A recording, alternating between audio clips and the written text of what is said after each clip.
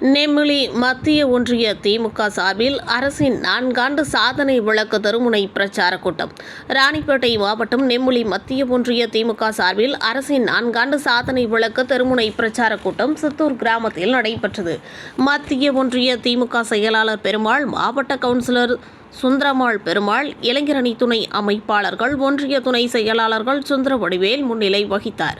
சித்தூர் ரவிச்சந்திரன் வரவேற்றார். சிறப்பு அழைப்பாளராக ஆற்காடு எம்எல்ஏ ஈஸ்வரப்பன், தலைமை பேச்சாளர் சேர்க்காடு கென்னடி கலந்து கொண்டனர்.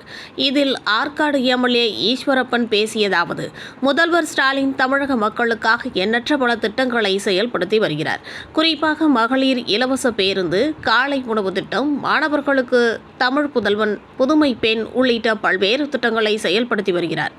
இந்த திட்டங்களை மக்களிடத்தில் எடுத்து சொல்லி திண்ணை பிரச்சாரம் செய்ய வேண்டும். 2026 தேர்தலிலும் 200 தொகுதிகளுக்கு மேல் வெற்றி பெற்று மீண்டும் முதல்வர் ஸ்டாலின் ஆட்சி அமைக்க உறுதியேற்க வேண்டும் என்றார்.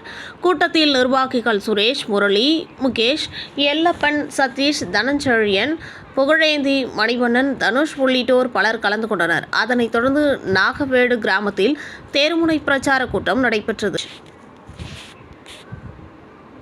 அதுதான் இன்றைக்கு இயக்கத்தினுடைய நிலைமை. காரணம், நீங்களாம் நினைச்சுக்கலாம், 1949 ஆண்டு கொட்டுமலையில் ராபின்சன் பூங்காவில் திமுக தொடங்கப்பட்டது.